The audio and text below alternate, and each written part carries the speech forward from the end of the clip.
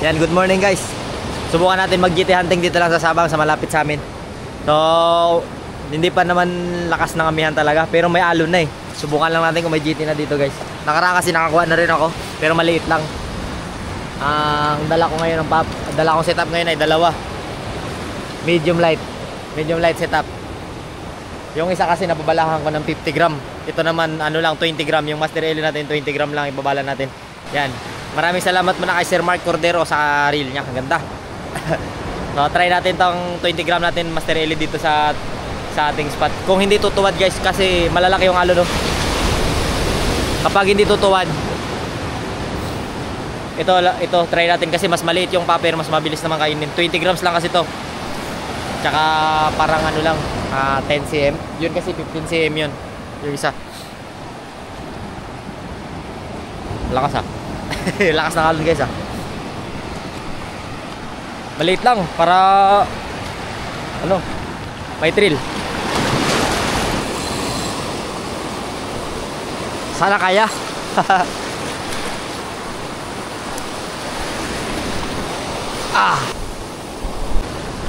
Hirap guys. Hirap. Ano, tumutuwad siya dahil malalaki talaga yung alon. Mas maganda kung talagang malalaki yung alon, mas malaki pa yung pain natin para kakagat sa tubig. Tumutuwad siya eh. Ito. Kung maliit lang naman yung kakagat na GT, yun lang yung gagamitin natin. Pero kung may malalaki, ito na. Try natin to. Lakas na rin talaga ng alon guys. Try natin to guys. Ito naman yung ating all time favorite, 50 grams na ano, popper. Nakarami na ito.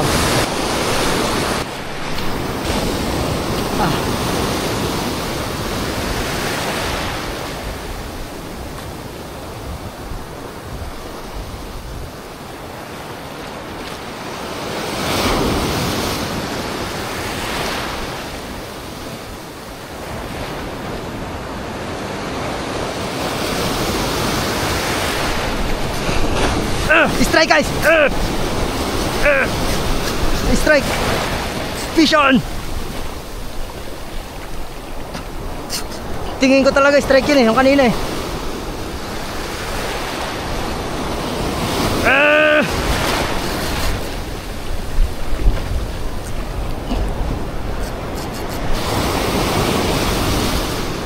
Hookset na ito guys. Hookset na ito.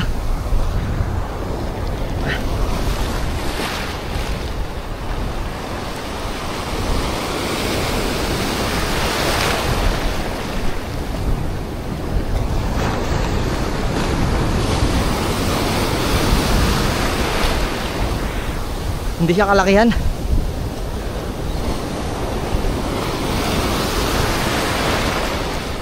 Ay malaki rin. Malaki guys.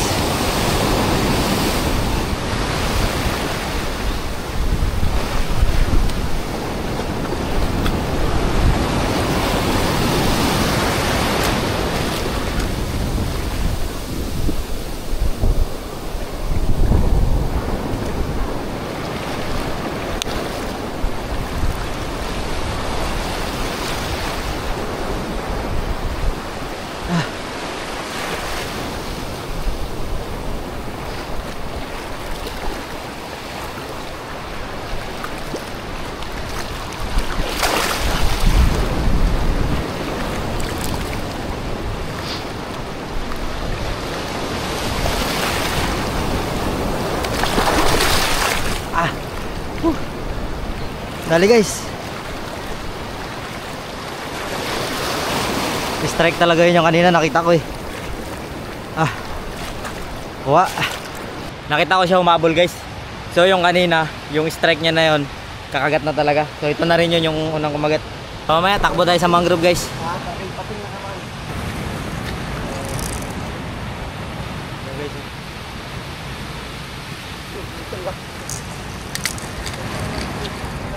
Kumagat na siya kanina, hindi lang tinamaan eh, yung unang kagat niya.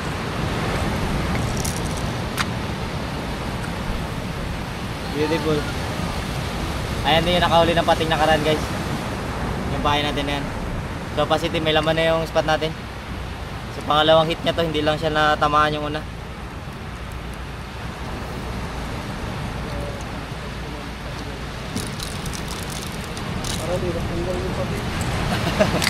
Ayos! Hagis pa tayo. So ito naman guys, yung ating Master Eli. Ito naman pang popping natin. Sana mas malaki mahuli natin dito. Pero maliit lang line ito guys eh. Tapos ang lalaki ng alon, tumutuwad eh. Try natin kung kakayanin. Kasi kanina tumutuwad.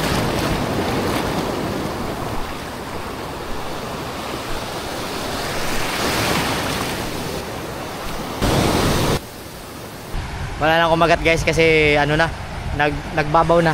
Yan oh. Follow tide na guys. Tapos ano na rin, tanghali na. So mas maganda ito kung ano na, kung takbo naman tayo sa mangrove naman. Susubukan natin sa mangrove guys dahil pag nag-low tide yung isda sa mangrove iipon sa malalim na part. So mas maganda kung doon naman tayo. Tsaka pag tanghali na guys, yung GT tago na. Tapos nandun na sila sa malalim. So kita-kits tayo sa mangrove guys. So isa lang nakuha natin.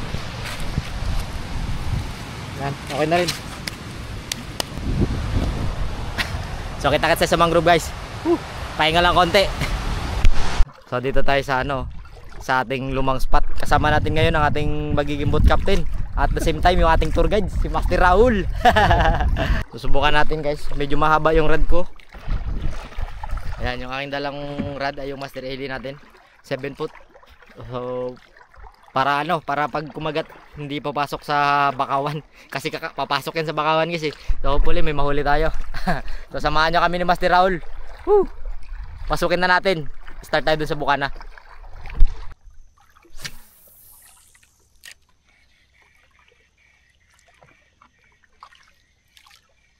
Tingnan mo dito buddy, wala masyadong mga torsilyo. Yung mga siriawan ba? Ayan ito. Yun, huli buddy. Ay, kaliit masyado. Wala stick yan. First fish guys, kaso anak pa lang. So positive, meron pa rin. Kahit paano, bibilo ba? Hindi natin yung mga malalaki yan. Saan ang mga isla dito? Testingin na natin yung sa loob yan.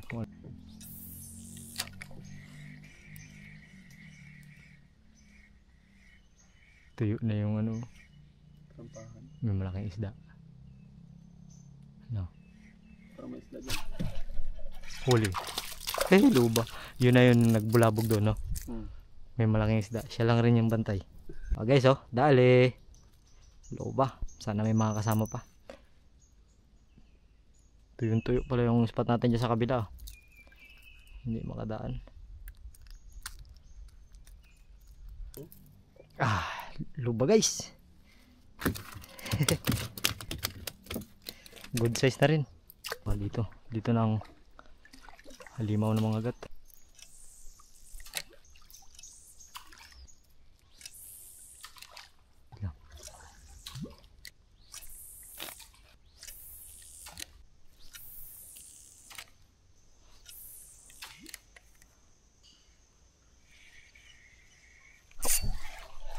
Laki. Uy, shit. Pumipilit sa gilid eh. No? Yun ang mga agat. Sige lang. Pa. Bahay nila yun. Bahay nila yun. Dito tayo banda lang tayo. Bahay nila yun. Nakita na namin ang bahay guys. Nakita na namin ang bahayan. Nakita na namin ang bahay ni Master Raul. Sayang yung usa no. Hindi pa yun ang nahuli. Yun na lang sana ang nahuli. Pero okay na yan. Dito lang tayo.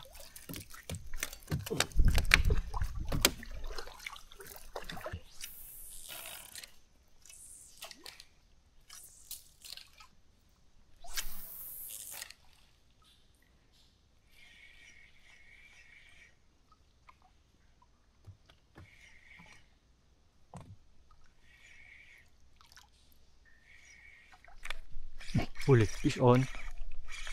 Ito na. Malaki ito, loba ito. Nag-ikot-ikot lang oh. Dali guys.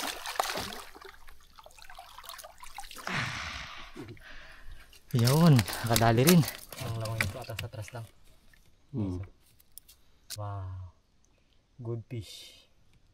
Diba? May bleed dito sa bunga.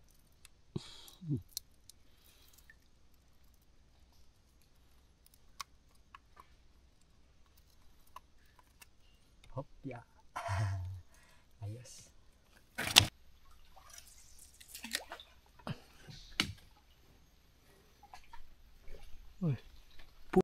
Atras. Dali mo. Atras pa, dali mo. Nagatingin sa akin. Wala yan, hindi man yan bali mag-ano. Ha? Pinturan guys, ayun. Nagatingin na sa akin. Sabi niya, bakit mo ba ginagalaw yung puking ina mo kang? Ay, visit yan. Pinturan pala sa taas. Nakagano na siya guys. Ayun, hindi ko alam kung katakbuhin ba. Sabi ni Master Raul, katakbuhin daw o kasugurin na. Yan, ginabato namin yung dati. Ay malay mo yan, maoy. Matapal. Ayan siya oh. Oh, tatahiligan. Sabi mo katakbuhin o pag lumingon yan sa akin, masiwas yan. So, natakot na ako magpasok dun sa mangrove. Dahil may ahas eh. Kanina, tangining, kung hindi ko napansin, nagaganyan-ganyan na talaga. Manghuli tayo ng bulunan dito ng sea cucumber. So yun ang kakainin natin guys. At nasasawa-sawa na rin ako sa isda. Pero syempre, mas maganda pa rin kung may isda tayo. Sabagay, okay na yan oh. 4 na piraso. 4 is enough. So manghuli tayo ng bulunan guys. Sana may makuha tayo. Tapos kikilawin natin yan. Papakita ko sa inyo yung traditional na pagkain namin dito sa Palawan. Meron ba day? Meron. Ay, kapit malalim na guys. Antiko. Ay, yun. Pwede na rin yan. Oh, pagkalaki guys. Ito yung tinatawag sa amin na bulunan. Ito nga, ganito nga rin yung sa amin. Medyo may kagulangan na siya. Pero masarap pa rin yan. Mukhang marami na natuntun na namin yung kanilang bahay. Yan. Look at this. Madali lang ba di? Basta't nandito na sila, sunod-sunod na no.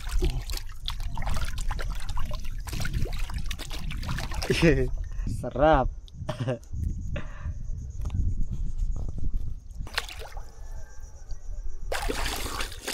Yun, bata guys.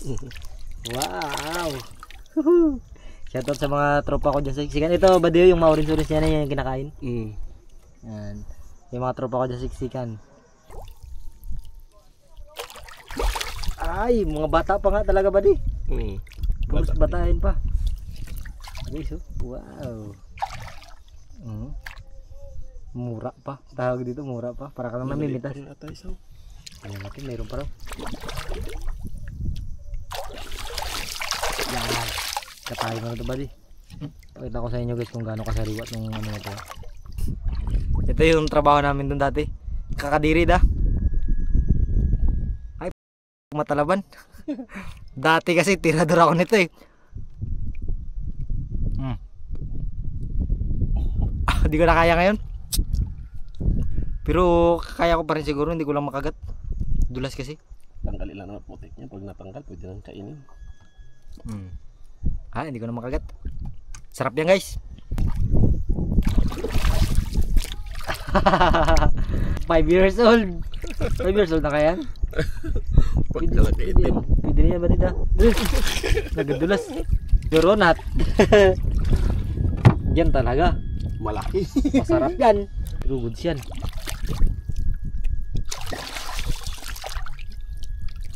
Batay pa. Yo guys ito yung siguro binatilyo. Binatilyo pa rin ba di kasi may nag-orange pa rin. Nag-orange pa.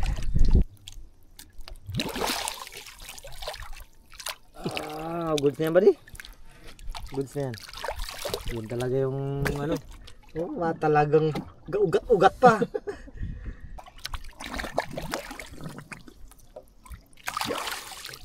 Yun. Yan talaga. Ang sarap. Bata pa guys. Ito yung itlog na yan. Yung parang dilaw-dilaw na yan. Parang mga uod niya sa dyan. Kinakain ko yan. Kitang-kita yung loob. Transparent pa. Yan. Dito pala yung mga batain niya. Mga bata guys. Paldo guys, paldo. Paldo ulit. Bata pa.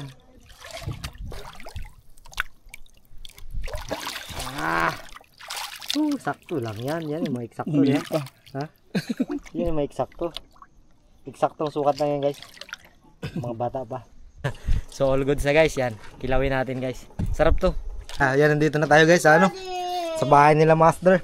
Ito, abo. Pag ikos-kos mo dyan. Wala tayong pusa yan ha? Wala. Yun o, ganyan pala guys. Para ano, mahawakan mo siya. Tsaka matanggal yung ano. Mawala yung dulas. Tanggal ng dulas. Bago mo hugasan siya ulit. Parang laking linta, di ba? Siya mo, oo. No, ano. Yung pala yung nagpapadala sa kanya. Pag binuhusan yan, wala na. Sarap. Parang yung linta ng ano, mga shadowbiz, yung kinagat sa leg ni ano, ni Ubugin. Tama pag binuhusan, oo. Yun o. Bata na siya guys. Senior high na. Wow, diba? Astig na.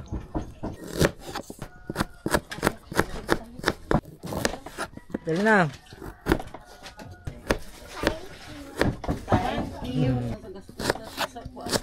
Sa panganay niya. Hospital? Na hospital? Wala daw siyang pang-ano pintuin daw nila sa last na lang nakakuarter. Anong year na? 4th year. College? Oh, Anong course niya? criminology. Saan siya naka... Fulbright. Yung ano. Pwede na yan.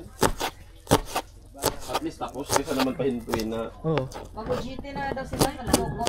nag-GT na nakaraan pa. Hindi ngayon mag-ano sila sa... Lipat sila sa ano. Malipat lang sila sa Bucor. Siguro. Matagal-tagal na rin ako dinakain yan. Uli na rin siguro nakalipas. Hindi ko alam. Ganyan lang guys, maliliit lang para hindi kayo mahirapan mag Hindi mahirapan mag-ngata-ngata.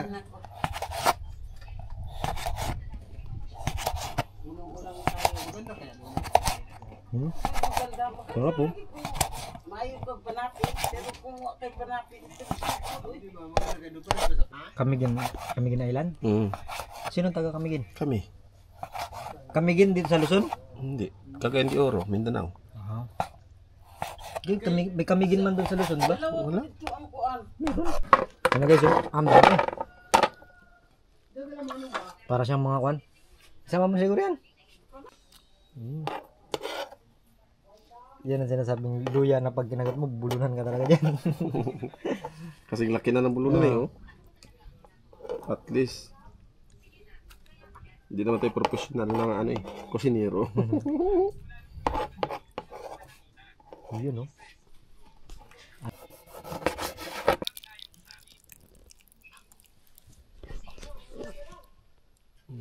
Oh.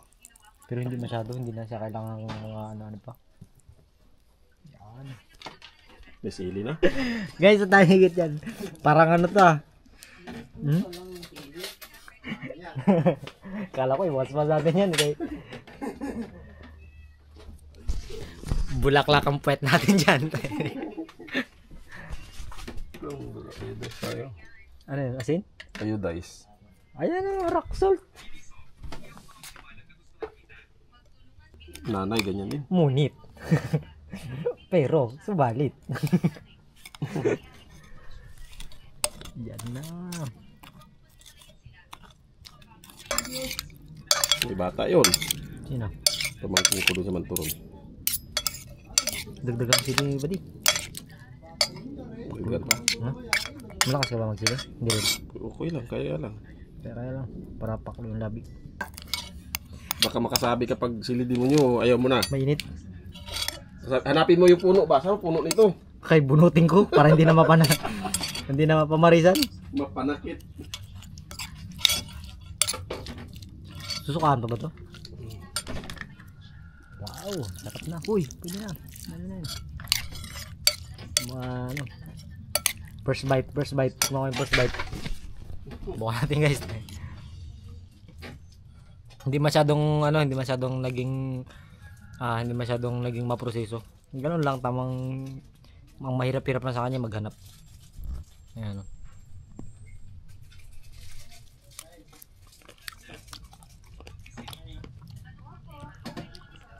Igib daw. Uy, nalaglag yung ano. Okay na? Ang sarap. Masarap na, masarap na.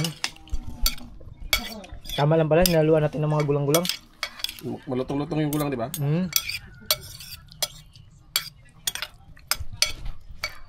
Yan na, guys. Sarap. Sarap. Mm. Lasang linta. Parang nating hapin. Sarap, guys. So maraming salamat, hanggang dito na lang guys, at pinakita ko lang sa inyo yung mga traditional food naming mga Pilipino. Babes. Ayun ang isda natin, pero panalo naman kasi meron tayong bulunan. So maraming salamat, kita kasi sa mga next episode guys. Hanggang dito na lang, maraming salamat na nakasama natin ngayon kay Sailboat Captain, kay Master Raul. So kita-kits tayo ulit. Hanggang dito na lang. Peace on.